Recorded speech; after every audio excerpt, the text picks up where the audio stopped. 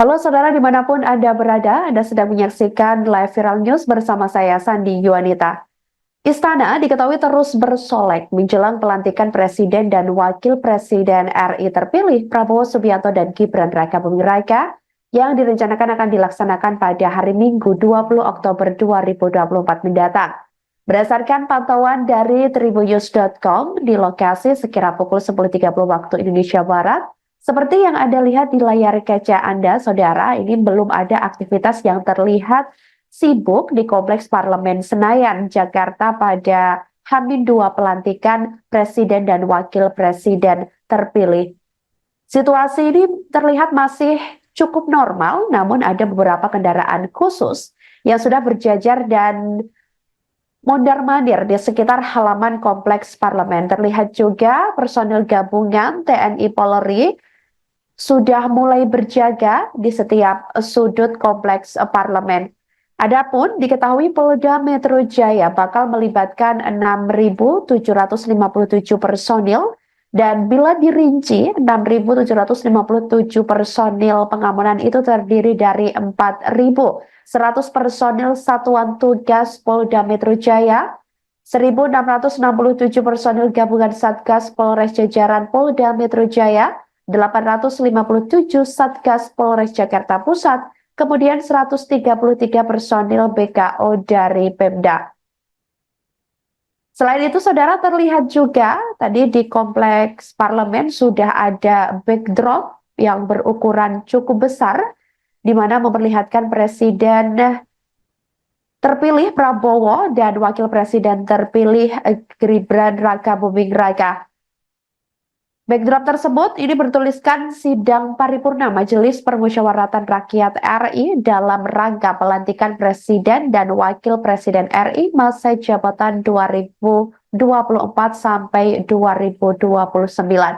Di sisi lain, menjelang pelantikan Prabowo Gibran ini juga sebelumnya Prabowo Subianto telah memanggil para calon menteri, calon wakil menteri, hingga calon kepala badan pemerintahan selama 2 hari. Di mana pemanggilan itu dimulai dari Senin 14 Oktober 2024 dan Selasa 15 Oktober 2024 lalu. Kemudian dilanjutkan pembekalan yang juga berjalan selama 2 hari, mulai dari Rabu 16 Oktober 2024 hingga Kamis 17 Oktober 2024 lalu. Sementara itu, saudara, jelang pelantikan Prabowo Gibran, ex calon presiden atau capres Anies Baswedan, menanggapi terkait bergabungnya mantan pasangannya di Pilpres 2024 lalu, yakni Muhaimin Iskandar atau Caimin yang disebut bakal bergabung di Kabinet Prabowo. Anies yang ditemui di kawasan kampus Universitas Indonesia Salemba, Jakarta Pusat pada Kamis 17 Oktober 2024 lalu, sebelumnya menyatakan rasa hormatnya terhadap keputusan Caimin, yakni yang memutuskan untuk bergabung dengan Kabinet Prabowo Gibran mendatang. Keputusan ini juga diambil setelah keduanya sebelumnya berpasangan dalam Pilpres 2024, di mana mereka kalah dari pasangan Prabowo Gibran.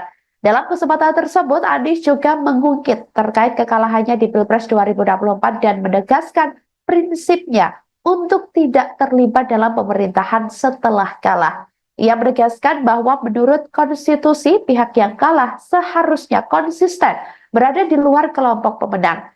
Meski demikian, Anies tetap menghormati terkait pilihan Caimin untuk bergabung dengan pemerintahan Prabowo Gibran. Sementara itu, Caimin yang baru-baru ini menghadap Prabowo di kediamannya dikabarkan akan diangkat sebagai Menteri Koordinator Maritim dan Investasi atau Menko Marves dalam kabinet mendatang. PKB melalui Wakil Ketua Umumnya Jazilul Fawait juga menyatakan bahwa kader PKB siap ditempatkan dimanapun dalam pemerintahan, baik di eksekutif maupun legislatif.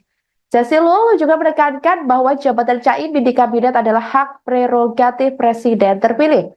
Ia menegaskan komitmen PKB untuk mendukung pemerintahan Prabowo dalam mengatasi tantangan ekonomi dan sosial. Caimin juga menegaskan bahwa PKB siap memperkuat pemerintahan Prabowo meskipun tidak mendapatkan kursi di kabinet.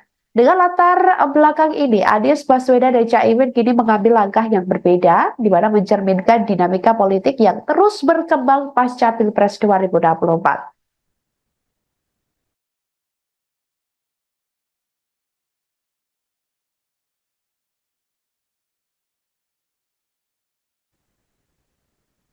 Demikian live viral news kali ini saudara. Jangan lupa download aplikasi Tribun X di www.tribunx.com. Tetap bersama kami dan selamat menyaksikan program selanjutnya. Terima kasih dan sampai jumpa.